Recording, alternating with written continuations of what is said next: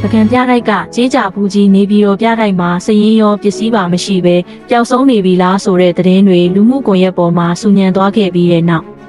နေပြီးတော့အမျိုးသားပြတိုက်ကနေပြီးခဲ့တဲ့မေလ31ရက်နေ့မှာလက်ရှိအခြေအနေအမှန်ကိုတရားဝင်ထုတ်ပြန်ရှင်းလင်းလိုက်ပြီးဖြစ်ပါတယ်။ဒါအပြင်မဟုတ်မမှန်စတင်ဆွဆွဲပြောဆိုသူကိုပါတရားစွဲဆိုဖို့အထိလှုံ့ဆော်နေတယ်လို့သိရပါတယ်။အသေးစိတ်ကိုဆက်လက်နားဆင်ကြည့်ရအောင်ပါ။နေပြီးတော့အမျိုးသားပြတိုက်ရဲ့ထုတ်ပြန်ချက်အရ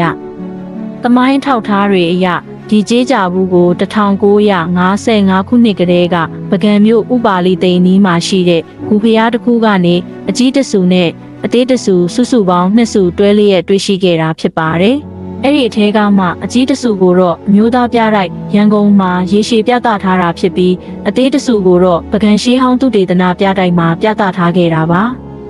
အခုဝေဖန်မှုတွေဖြစ်နေတဲ့အသေးတဆူကိုတော့ပြီးခဲ့တဲ့2024ခုနှစ်အတွင်းမှာနေမြေလုံခြုံရေးအရအမျိုးသားပြတိုက်နေပြည်တော်သို့ဘေးကင်းလုံခြုံစွာပြောင်းရွှေ့ပြီးဘော့ခန်းခေါ်အစစ်မြစ်လုံခြုံရေးခန်းထဲမှာအနှံသိမ်းဆည်းထားတာအမှန်တကယ်ဖြစ်ကြောင်းသက်သေအထောက်ထားနဲ့တကွတရားဝင်ရှင်းလင်းထားပါတယ်။ဒါအပြင်နိုင်ငံတော်အဆင့်အမွေအနှစ်ဖြစ်တဲ့ရှေးဟောင်းပစ္စည်းတွေပျောက်ဆုံးနေပါတယ်ဆိုပြီးအထောက်အထားမရှိဘဲလူလူကြားထဲမှာစိုးရိမ်ထိတ်လန့်မှုတွေဖြစ်အောင်ဝေဖန်မှုတွေမြင့်တက်လာအောင်ရည်ရွယ်ချက်ရှိနဲ့မဟုတ်မမှန်ဆွဆွဲပြောဆိုသူကိုလည်းတရားဥပဒေအရထိရောက်စွာအရေးယူတရားစွဲဆိုဖို့အတွက်ပြင်ဆင်လှုပ်ဆောင်နေပြီလို့သက်ဆိုင်ရာဝန်ကြီးဌာနကဝန်ကြီးကိုယ်တိုင်တော်မှာပြောပြထားပါတယ်။ပကံပြလိုက်မှရှိနေတဲ့ကြီးကြပန်ကညူတဆဖြောက်သွားတယ်လို့နောက်လည်းဦးထင်နာလေးသူလျှောက်ပြီးတော့မှလူတွေထင်မှမြင်မှဖြစ်အောင်ပြောတာပေါ့နော်။အဲ့တော့အဲ့နဲ့ပတ်သက်ပြီးတော့မှကျွန်တော်တို့ပကံကဒီလက်တော်ညွှန်ကြားမှုဖြစ်တဲ့ဦးကြည်တင်ကလည်းဒီပကံမြို့တည်ရက်စခန်းမှာဒီကိစ္စနဲ့ပတ်သက်ပြီးတော့မှ